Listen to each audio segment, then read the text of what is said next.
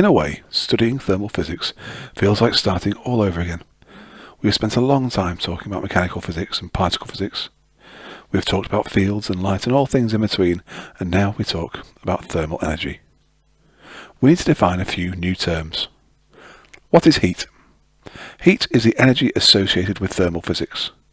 Heat energy is thermal energy. We supply and remove heat from a system. Heat energy makes particles within a material or a system move.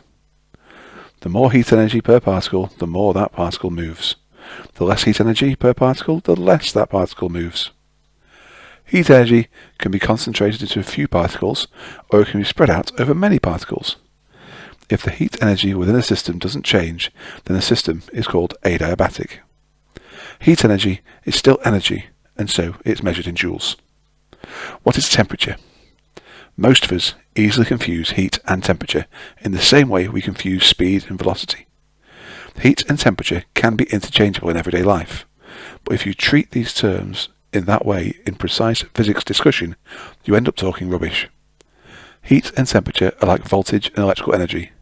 One is effectively the concentration of the other. Temperature is how much heat energy each particle within a material has. Put in other words, temperature is the average heat energy within a material. To give a classic example, a warm bath full of water has far more heat energy than a sparkler. However, if you were to place your hand in a bathtub, it would do much less damage than placing your hand in a sparkler. The sparkler has less heat energy, but it is concentrated in smaller mass, so the temperature is much higher.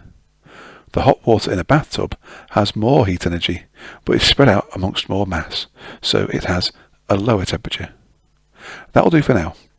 We'll have to define many more terms as we go, but the precise difference between heat and temperature will tide us over as we discuss heat energy and how it affects materials in a bulk, general way.